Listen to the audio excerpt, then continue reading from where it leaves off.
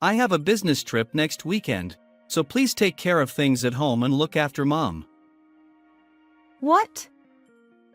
Again? It's one thing on weekdays, but not having any weekends off is tough. You understand it's hard, right? Even if you say that, it's work, so there's nothing I can do. Well, that's true, but... Then why don't you take over my work? If you do that, I'll handle things at home. Can you earn as much as I do? That's impossible. See? If that's the case, stop complaining and help me out. This conversation took place before the problem arose. Looking back, it's absurd that he's constantly on business trips, even on weekends. This situation was caused by my husband's selfish behavior. We, as a couple, live with my mother-in-law. We started living together a few years ago. She suffers from dementia. Currently, her symptoms are mild, but she requires care. Initially, we thought her forgetfulness was just a minor issue, but her cognitive abilities declined. She became a bit irritable, and after a hospital visit, she was diagnosed with dementia. Meanwhile, my father-in-law, who had been dealing with chronic illness, passed away. Since then, my mother-in-law's health deteriorated further, and she started isolating herself in her room. After discussions among relatives, it was decided that my husband, as the eldest son, would take care of my mother-in-law. When I married my husband, I was mentally prepared for such a situation someday. Before developing dementia, my mother-in-law was cheerful and energetic. She gave birth to my husband when she was quite young, so she's significantly younger than my own parents. Although she was strict with my husband when he was young, our relationship was good. She was always kind to me and stood by my side. I admired and loved her deeply. Whenever my husband and I had an argument, I'd immediately report it to my mother-in-law, and she'd scold him on my behalf. His bewildered expression during those moments was quite amusing. I believe my relationship with my mother-in-law was quite harmonious. However, as I mentioned earlier, her health declined after my father-in-law's passing, and she became less active. Consequently, my husband's attitude gradually changed. Perhaps he was getting back at her for past strictness. He started acting arrogantly. Family discussions about my mother-in-law's care might have been part of my husband's strategy. Initially, my sister-in-law and her husband, who lived near my in-laws, were willing to take in my mother-in-law. However, my husband intervened. As the eldest son, I'll take care of her. My husband and his mother didn't get along well, despite him always being scolded by her. Perhaps it was because he was the eldest son. However, I didn't feel that way. Maybe it was intuition. When we started living together, my premonition proved accurate. Taking advantage of my mother-in-law's quiet demeanor, he freely expressed himself. He even confronted my mother-in-law, whom he had feared so much. Due to her dementia, she couldn't always understand things immediately. Yet my husband relentlessly complained. I had to intervene each time to stop him. Then came a precursor to his misdeeds. After a 3-day business trip, my husband returned home. As usual, I went to retrieve laundry from his bag. To my surprise, I found unfamiliar men's underwear. Since I always bought his underwear, this was odd. Although it was clearly men's underwear, I questioned him. "Hey, what happened to the underwear you took with you?" Huh? Underwear? Never seen this type before. Did you buy it yourself? Yeah, I bought it urgently while I was away. Why did you buy it? What happened to the underwear you took? It was torn, so I threw it away. It was old. But it's practically new. Oh, really? Maybe it wasn't well made. I see. His suspicious behavior made me wonder, but I didn't press further. Days later, another incident occurred. My husband returned from another business trip. I greeted him at the entrance. Welcome back. You look tired. Yeah. He seemed downcast. What's wrong? Feeling unwell? No, it's not that. There's something important I need to tell you. He looked resolute. My mother-in-law was already asleep. I sat in the living room, ready to listen. Then he uttered words that left me stunned. I want a divorce. His sudden request left me speechless. I apologize for surprising you. Please consider divorcing me.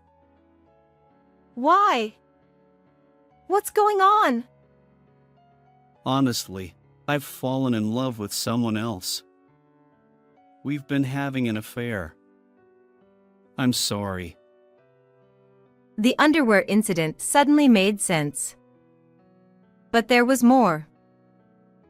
You've been deceiving me all this time. You're despicable. I deserve that. And there's something else. I don't know how to say it, but I got someone pregnant. What? Pregnant? I couldn't help but raise my voice. I never expected things to turn out like this.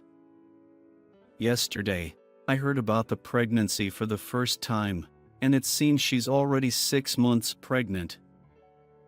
I still can't fully grasp it. But there's no choice. I have to be the child's father. So please, divorce me. Fine. I'll grant the divorce. After hearing this, I can't imagine us continuing as a married couple. I'm sorry. Thank you. Make sure you talk to your mother-in-law about this too, I said. Upon hearing that, my husband fell silent.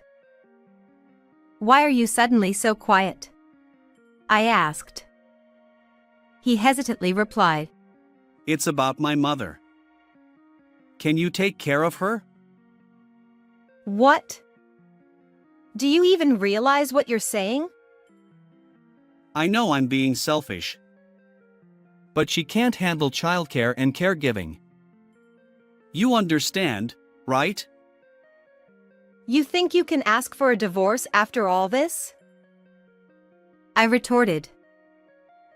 Is that not allowed? It's only natural.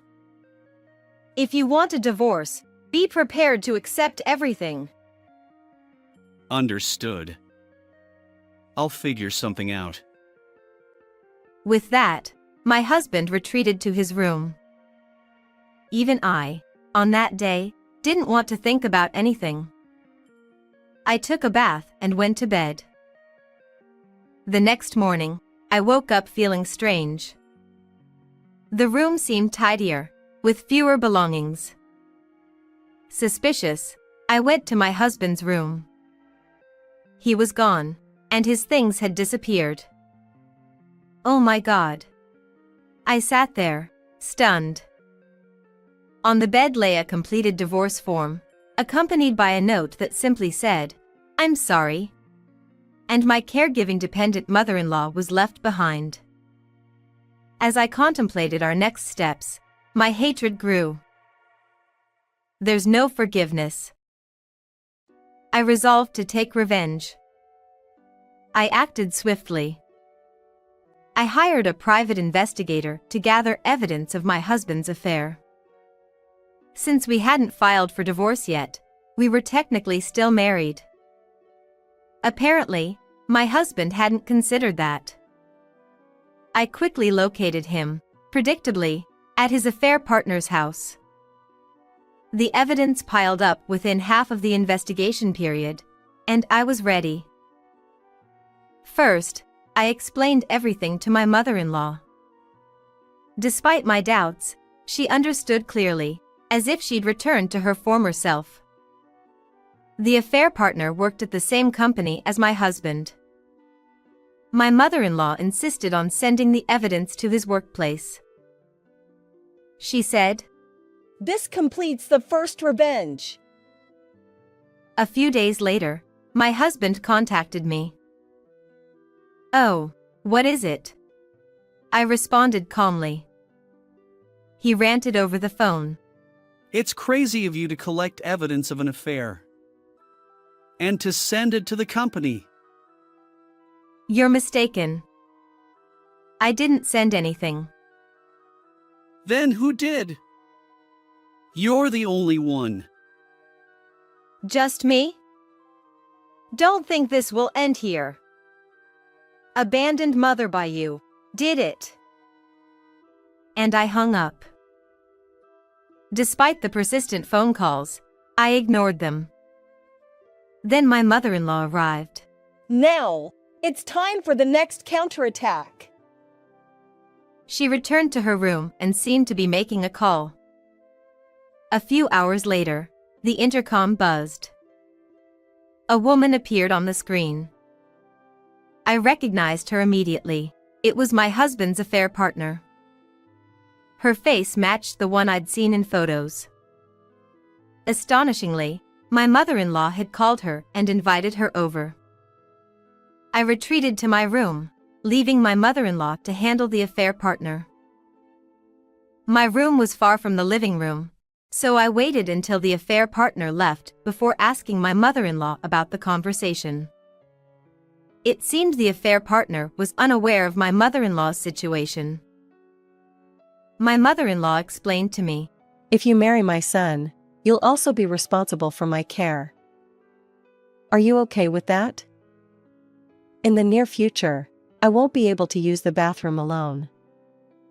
Will you still marry my son?"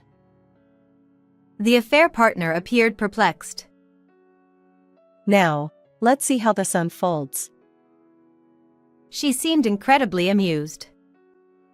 Had her dementia improved? I wondered. And little did I know that my mother-in-law's actions would lead to an unexpected outcome. The next day, the intercom buzzed, and I saw my husband on the monitor. "What can I do for you?" I was wrong. I want to talk. I invited him into the house to hear his unexpected revelation. I broke up with the affair partner. The child isn't mine. Upon further discussion, it turned out the affair partner had multiple partners. Although she likely knew the child wasn't his, she wanted to raise it as my husband's due to his status and financial stability. However, fearing the responsibility of caregiving, she confessed the truth to my husband after speaking with my mother-in-law. I deeply regret my actions. Can we start anew? The answer is already clear. Leave this house immediately. Also, the divorce papers haven't been filed yet. You missed some details. With evidence of your affair, I'll be claiming alimony. Please comply. I handed him the divorce papers with a smile. Please have mercy. Take responsibility for your actions. With that, I kicked him out. Shortly afterward, my mother-in-law returned from the hospital, accompanied by my sister-in-law. I updated them on the situation. He brought this upon himself. My mother-in-law expressed genuine gratitude. I truly appreciate everything you've done. Taking care of me and dealing with our terrible son. I apologize. Now that my daughter will look after me, enjoy your second chance at life." Tears welled up in her eyes. The next day, my mother-in-law moved to my sister-in-law's house. When I inquired about her condition, I learned that while her dementia had slowed somewhat due to medication, it hadn't been cured. As for me, inspired by my mother-in-law, I decided to pursue caregiving. I'm currently studying for a caregiving qualification, hoping to help others. I'm sincerely grateful to her for instilling this desire in me. I genuinely wish for her to live a long life, delaying the progression of her dementia as much as possible. What did you think of this story? Please also subscribe to the channel. See you in the next video.